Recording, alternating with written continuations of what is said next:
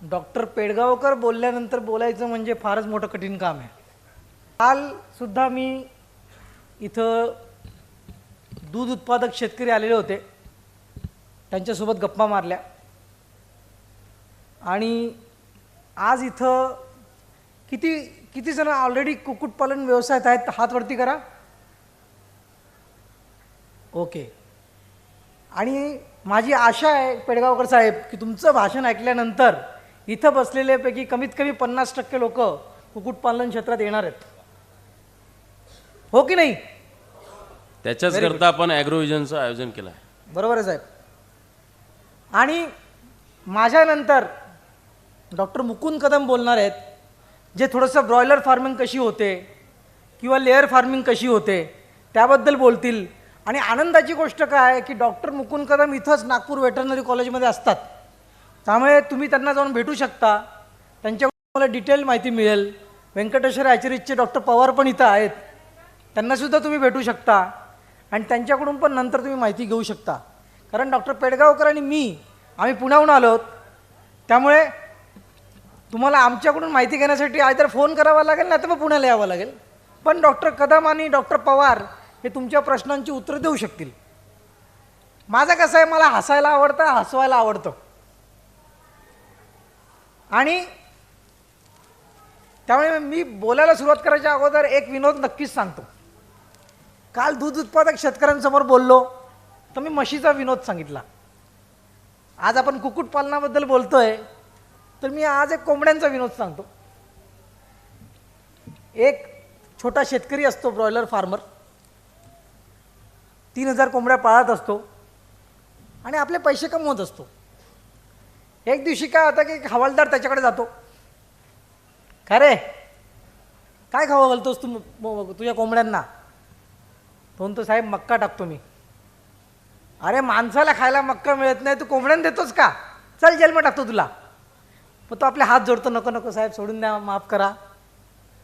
आणि मग हळूच तो 100ची नोट हवालदाराला देतो. हवालदार जातो. 2 महिन्याने पुन्हा हवालदार हजर फार्मवरती. अरे काय खाऊ घालतो? साहेब ज्वार खाऊ घालतो. अरे लोकांना भाकरी करायला ज्वार मिळत नाही, तू कोंबड्यांना खाऊ घालतोस, चल जेलमध्ये. पुन्हा बिचारा आपला 200 रुपये काढतो, हवालदाराच्या हातात देतो. पुन्हा अजून 2 महिन्याने हवालदार साहेब हजर. का रे सध्या काय खाऊ घालतोस? काही नाही साहेब, प्रत्येक कोंबडीला 1-1 रुपया देतो, त्यांना जे खायचं ते खाऊन येतात. तर हा झाला विनोद. आता आपण आपल्या विषयाकडे वळूया. मी पेडगावकर, डॉक्टर पेडगावकर, आम्ही वेटरनरी डॉक्टर आहोत.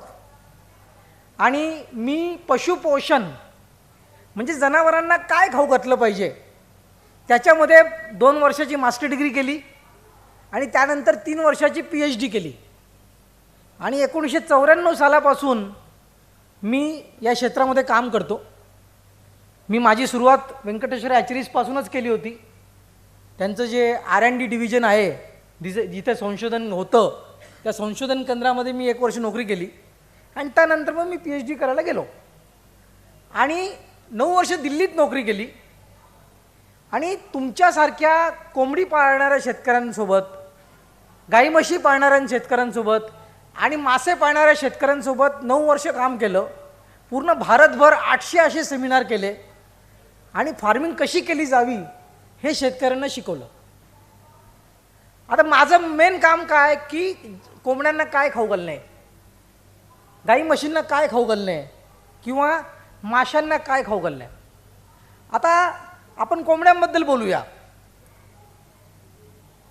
मी काल डेअरी फार्मरला तेच म्हटलं की अरे बाबा रे, कृपा करून चांगल्या कंपनीचं ब्रँडेड खाद्य विकत घ्या. सरकीची पेंड, गहू भुसा खाऊ घालून आपल्या गाई म्हशीचं मातेरं करू नका. त्यांच्यापासून तुम्हाला दूध नक्कीच कमी मिळणार. जर तुम्ही चांगल्या क्वालिटीचं बॅलन्स खाद्य खाऊ घातलं तरच तुम्हाला गाई म्हशींपासून दूध चांगलं मिळतं. आणि गाई म्हशींना नुसतंच खाद्य नाही तर त्यासोबत हिरवा चारा आणि सुका चारा पण द्यावा लागतो. पण कोंबड्यांचं तसं नसतं, कोंबड्यांना फक्त खाद्य खाऊ घालायला लागतं. मग आपण पहिल्यांदा ब्रॉयलर फार्मिंगबद्दल बोलूया. ब्रॉयलरच्या ज्या कोंबड्या असतात जर तुम्ही कंपनीसोबत करार केला तर तुमच्या डोक्याची कटकटच गेली. कारण मग ती व्यंकटेश्वर हॅचरीज असो किंवा दुसरी कंपनी असो, ज्या कंपनीशी तुम्ही करार केला ती कंपनी तुम्हाला खाद्य देणार आणि ते खाद्य तुम्ही तुमच्या कोंबडीला खाऊ घालायचं. ब्रॉयलरला 3 टाईपचं खाद्य खाऊ घालतात. पहिल्या 7 दिवसाला तिला प्री स्टार्टर खाद्य खाऊ घालतात. त्यानंतर 8व्या दिवसापासून 21 ते 25 दिवसापर्यंत स्टार्टर नावाचं खाद्य खाऊ घालतात आणि 25 दिवसानंतर कोंबडी 2.25 किलो 2.5 किलोची होईपर्यंत तिला फिनिशर नावाचं खाद्य खाऊ घालतात. आता या हे 3 एकच प्रकारचं खाद्य का नाही खाऊ घालायचं? 3 प्रकारचं का खाऊ घालायचं? कारण कसं असतं की जसं जसं पिल्लू 40 ग्रॅमपासून वाढत जातं 2-2.25 किलोपर्यंत, तशी तशी तिच्या खाद्याची आवश्यकता, शरीराची आवश्यकता बदलत जाते. पहिल्यांदा जेव्हा लहान असतं पिल्लू तेव्हा त्याला एनर्जीची आवश्यकता कमी असते, प्रथिनांची आवश्यकता जास्त असते. आणि जसं 20 दिवसापेक्षा मोठी कोंबडी झाली की तिला एनर्जीची आवश्यकता जास्त लागते आणि तिच्या खाद्यामध्ये प्रोटीन जे आहे ते 20% येतं. पहिल्यांदा 22% असतं, मग 21% असतं, मग 20% असतं. आणि जर तुम्ही करार केलेला नसेल आणि जर तुम्ही स्वतः कोंबड्या पाळत असाल तर माझी तुम्हाला विनंती आहे की चांगल्या कंपनीचं खाद्य विकत घ्या. सध्या 2 वर्षापुरता या खाद्य बनवणाऱ्या कंपन्या ज्या आहेत त्यांची जी असोसिएशन आहे नॅशनल लेवलची, त्याचा मी चेअरमन आहे. 1967 साली ही असोसिएशन सुरू झाली होती आणि 220 आमचे मेंबर आहेत. आणि इथं विदर्भात सुद्धा म्हणजे नागपूर आणि नागपूरच्या अराउंड तुम्हाला कमीत कमी 5 ते 6 कंपन्या अशा आहेत की ज्यांचे खाद्य इथं उपलब्ध आहेत. तुम्ही त्या कंपन्यांकडून प्री स्टार्टर, स्टार्टर, फिनिशर हे खाद्य विकत घेऊ शकता आणि तुम्ही तुमच्या कोंबड्यांना खाऊ घालू शकता. आणि खाद्य चांगल्या कंपनीचं का घ्यायचं? कारण ज्या चांगल्या कंपन्या आहेत, एक इंग्लिशमध्ये म्हण आहे, गार्बेज इन गार्बेज आउट. म्हणजे जर कचरा तुम्ही टाकला तर बाहेर काय निघतं? कचराच निघतो. तसं खाद्य बनवताना काय असतं की मक्का आणि सोयाबीनचा DOC म्हणजे तेल काढल्यानंतर जी डिऑइल्ड केक उरतो त्याला सोयाबीन DOC म्हणतात. तर मक्का आणि सोयाबीन DOC याच्या हे टाकून खाद्य तयार होतं. म्हणजे हे जे ब्रॉयलरचं खाद्य असतं त्याच्यामध्ये 50 ते 60% मक्का असतो, त्याच्यामध्ये 25 ते 30% सोयाबीन DOC असते, याच्यामध्ये 3 ते 4% चांगल्या क्वालिटीचं मीट अँड बोन मिल असतं. कधी ती meat and bone meal available नसेल तर चांगल्या क्वालिटीचा फिश टाकला जातो. ह्याच्यामध्ये विटॅमिन टाकले जातात, ह्याच्यामध्ये मिनरल्स टाकले जातात आणि याच्यामध्ये फीड सप्लिमेंट टाकले जातात. म्हणजे जसं टॉक्सिन बाइंडर टाकलं जातं जेणेकरून त्या खाद्यामधून कोंबड्यांना टॉक्सिसिटी होऊ नये. ह्याच्या व्यतिरिक्त त्याच्यामध्ये एन्झाईम टाकले जातात जेणेकरून त्या खाद्याचं पचन चांगलं झालं पाहिजे. आणि ज्या चांगल्या कंपन्या आहेत त्या काय करतात, मक्का घेतला की पहिल्यांदा टेस्ट करतात त्याच्यात मॉइश्चर किती आहे. 14% जास्त मॉइश्चर असेल तर तो मक्का रिजेक्ट करतात. कारण जर मॉइश्चर जास्त असलं तर त्याला फंगस लागणार आणि त्या खाद्यामध्ये टॉक्सिन तयार होणार. सोयाबीन DOC जेव्हा फीड फॅक्टरीमध्ये ट्रक येतो तेव्हा त्याच्यामध्ये प्रोटीन चेक केलं जातं आणि त्याची सोयाबीन DOCला व्यवस्थित भाजलं आहे की नाही भाजलं आहे ते चेक केलं जातं. जर कमी भाजलं असेल तर प्रोटीनचं डायजेशन व्यवस्थित होत नाही.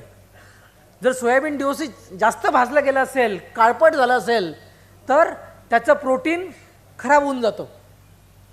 आणि या मोठ्या कंपन्या ज्या असतात त्यांच्याकडे यांची लॅबोरेटरी असते आणि त्यामुळे जे जे रॉ मटेरियल ते वापरतात ते टेस्ट करून वापरतात. त्यामुळे जे खाद्य तयार होतं त्याच्यामध्ये तुमच्या कोंबड्यांना लागणारं प्रथिनं, एनर्जी अगदी व्यवस्थित असतं.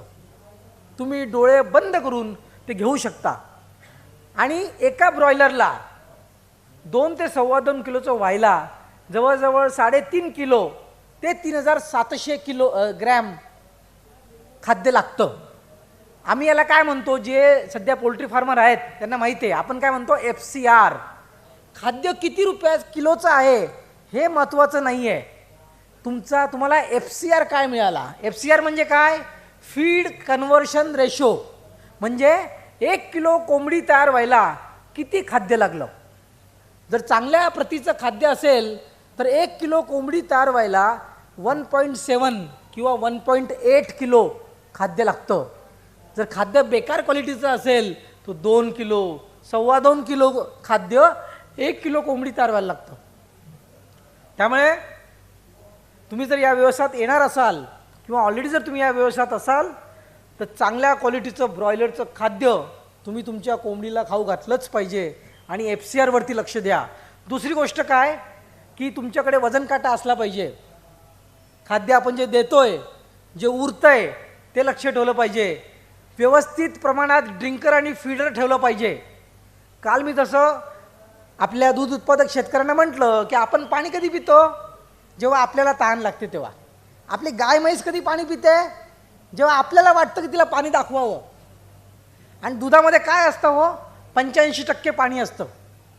त्यामुळे जर तुम्ही 24 तास तुमच्या गाई म्हशींसमोर पाण्याची व्यवस्था केली तर तुमच्या गाई म्हशींचं दूध 1 लिटर असंच वाढून जाईल. कारण जेव्हा तिला तहान लागेल तेव्हा ती पटकन पाणी पिईल. तसंच पोल्ट्री फार्ममध्ये सुद्धा 24 तास पाण्याची व्यवस्था असणं फार आवश्यक आहे आणि पाण्याचं निर्जंतुकीकरण करणं फार आवश्यक आहे. त्याच्यासाठी स्टँडर्ड टेक्नॉलॉजी आहेत.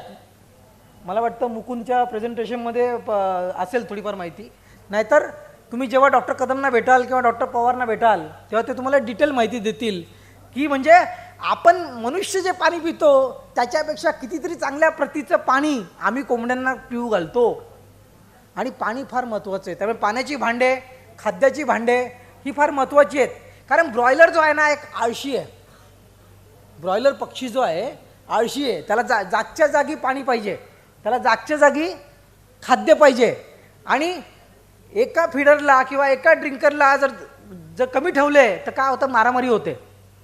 त्यामुळे काही पक्ष्यांना खाद्य मिळतं, काही पक्ष्यांना पाणी मिळतं, काही पक्ष्यांना नाही मिळत, ते मागे राहतात.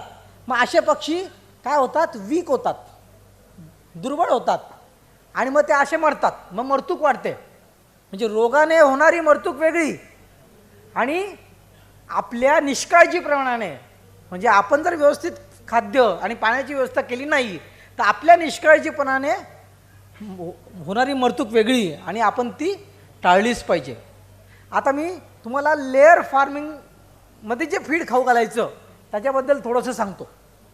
साहेबांनी तुम्हाला दाखवलं विदर्भामध्ये भरपूर स्कोप आहे लेअर फार्मिंग व्हायला आणि इथं झालंच पाहिजे. आणि कसं आहे, याच्यामध्ये उत्पादन साहेबांनी म्हटल्याप्रमाणे स्थिर आहे, नुकसान पण होत नाही, एकदम जास्त फायदा पण होत नाही. ब्रॉयलर फार्मिंगमध्ये कधी कधी तुम्हाला 10 रुपये किलो एक्स्ट्रा पण मिळतील, कधी कधी 20 रुपये किलो नुकसान पण होऊन जाईल.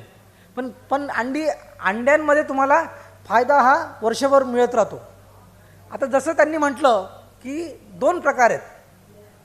जर तुम्ही मोठा फार्म टाकला 20,000 10,000 पक्ष्यांचा तर तुम्ही काय करू शकता की 1 दिवसाचं पिल्लू घ्यायचं, त्याला पहिले 10 आठवडे चिक मॅश नावाचं खाद्य खाऊ घातलं जातं. आणि या खाद्यामध्ये काय जास्त असतं, प्रथिनं जास्त असतात आणि एनर्जी कमी असते. कारण पहिल्या 10 आठवड्यामध्ये पक्षी जे खातो त्याच्याने आपलं वजन नाही बनवत, तो त्याची आतडी, त्याचं पचन करणारी जी आतली अवयव आहेत त्यांची वाढ होते पहिल्या 10 आठवड्यामध्ये. त्यामुळे पक्ष्याला जे खाद्य खाऊ घातलं जातं पहिल्या 10 आठवड्यात त्याला काय म्हणतो आम्ही, चिक मॅश म्हणतो. त्यानंतर 11व्या आठवड्यापासून 20व्या आठवड्यापर्यंत आम्ही पक्ष्यांना ग्रोअर मॅश खाऊ घालतो. ग्रोअर मॅश, ग्रोअरचा अर्थच काय, वाढणारा पक्षी. जसं आपल्या घरामध्ये 11 पासून जे टीनेजर मुलं मुली आहेत त्यांचं खाद्य वेगळं पाहिजे. का? कारण सेक्शुअल मॅच्युरिटी, ब्रेनची डेव्हलपमेंट या गोष्टी झाल्या पाहिजेत, शरीराची डेव्हलपमेंट झाली पाहिजे, मनाची डेव्हलपमेंट झाली पाहिजे. तसंच या कोंबड्या ज्या आहेत त्यांना आता अंड द्यायला तयार करायचं आहे. त्यामुळे 11व्या आठवड्यापासून 20व्या आठवड्यापर्यंत किंवा 18व्या आठवड्यापर्यंत आपण त्यांना ग्रोअर मॅश खाऊ घालतो. आणि 18व्या आठवड्यापासून त्या कोंबड्या आपल्याला काय द्यायला सुरुवात करतात, अंडी द्यायला सुरुवात करतात. अशा वेळी आपण त्यांना लेअरच्या केजेसमध्ये शिफ्ट करतो, ग्रोअरच्या केजेसपासून, आणि त्यांना मग आपण लेअर मॅश देतो. हे लेअर मॅश जे फीड असतं ह्याच्यामध्ये एनर्जी असतेच, प्रोटीन असतंच, पण त्याच्यामध्ये कॅल्शियम जास्त असतं. कारण दररोज कोंबडी किती अंडे देते ऑन अन ॲव्हरेज? एका वर्षामध्ये कोंबडी 320 अंडे देते. म्हणजे 365 दिवसांपैकी 320 दिवस ती तुम्हाला अंडं देणार आहे. एक अंडं 55 ग्रॅमचं असतं आणि त्या 55 ग्रॅमच्या अंड्याला बाहेरून काय असतं? कवच असतं. आणि हे कवच कशामुळे बनतं? तर कॅल्शियममुळे बनतं. आणि त्यामुळे लेअर मॅश जे 21व्या आठवड्यापासून 72व्या आठवड्यापर्यंत आपण जे कोंबडीला खाद्य खाऊ घालतो त्याच्यामध्ये कॅल्शियमचं प्रमाण जे असतं हे जवळजवळ 3.5% असतं. आणि हे जर कमी झालं तर काय होणार? ते कवच व्यवस्थित बनणार नाही. तुमची अंडी जी मिळतील ती विदाऊट शेल मिळतील. मग ते तुम्ही विकू शकाल का? नाही ना, तुम्ही ते खाऊ शकत. मग कोंबडी आजारी पडते. आणि एकदा जनावर आजारी पडलं, मग ते पक्षी असो की जनावर, त्याची उत्पादकता काय होते? कमी होते.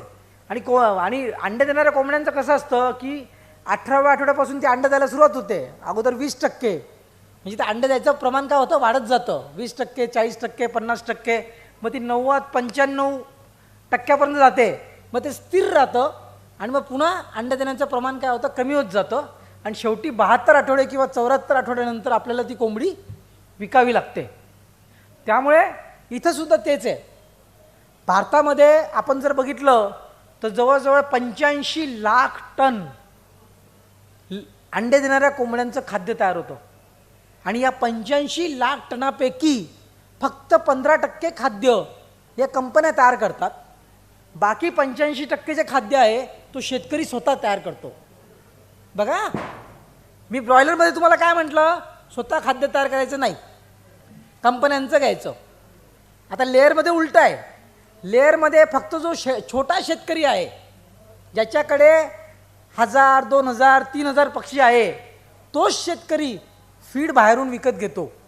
एकदा शेतकरी 5000, 10000, 20000, 50000 कोंबड्यांवरती पोचला, तो काय करतो? स्वतःची छोटीशी फीड मिल टाकतो आणि तिथंच तो फीड बनवतो आणि आपल्या कोंबड्यांना खाऊ घालतो. चिक मॅश फक्त तो बाहेरून विकत घेतो.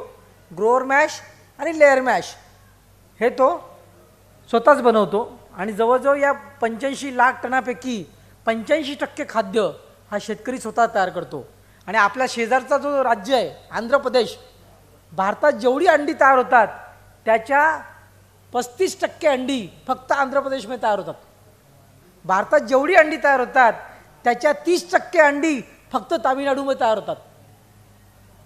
आणि म्हणजे पूर्ण भारताला तर ते अंडी पुरवतातच. म्हणजे Bihar, West Bengal, North East India, UP, even Vidarbha, Mumbai इथपर्यंत हैदराबादची अंडी म्हणजे आंध्र प्रदेशची अंडी येतात.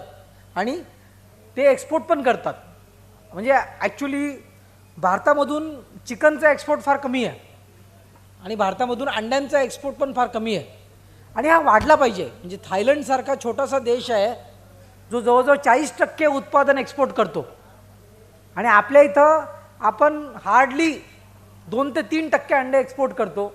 आणि चिकनचं एक्सपोर्ट तर आपला 1% कमी आहे टोटल उत्पादनाच्या. आणि 95% चिकन जे आहे आजच्या डेटला हे असंच विकलं जातं. म्हणजे जिवंत कोंबड्या विकल्या जातात. आणि त्यामुळे लॉसेस जास्त होतात. फक्त 5% कोंबड्या प्रोसेस होतात. व्यंकटेश्वर हॅचरीज नंबर 1 आहे प्रोसेसिंगमध्ये सुद्धा. आणि आता येणाऱ्या काळामध्ये जसं जसं शहरीकरण होणार, जसं जसं लोक जास्त शहरात राहणार, तसं तसं प्रोसेस्ड फूड खायची, मॅकडोनाल्डमध्ये जाऊन खायचं, KFCमधून जाऊन खायचं प्रमाण वाढणार. आणि प्रोसेसिंग चिकनचं काय होईल? वाढेल. बाकीच्या देशांमध्ये आजही अंडी जी आहेत त्याचं ग्रेडिंग केलं जातं. कारण मार्केटिंग फार महत्त्वाचं आहे. जर तुम्हाला स्वस्तात विकावं लागलं आणि प्रॉफिट झाला नाही तर तुम्ही तो व्यवसाय फार वर्ष करू शकणार नाही. अंड्यांचं बाहेरच्या देशात काय होतं? ग्रेडिंग होतं. म्हणजे साईजप्रमाणे अंडे लावली जातात आणि 6 किंवा 12च्या बॉक्समध्ये ती अंडी विकली जातात. आता आपल्या इथं सुद्धा पुणे मुंबई शहरामध्ये बॉक्समध्ये अंडी पॅक करून विकायला सुरुवात झालेली आहे.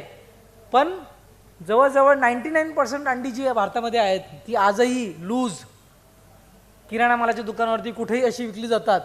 आणि त्यामुळेच शेतकऱ्याला कमी पैसे मिळतात, कन्झ्युमरला ते अंड महाग मिळतं, कारण मध्ये 3, 4, 5 ट्रेडर बसलेले आहेत. आणि जसं जसं ब्रँडिंग होईल, मार्केटिंग चांगलं होईल, तसं तसं शेतकऱ्याला एक सारखा रेट मिळायला सुरुवात होईल.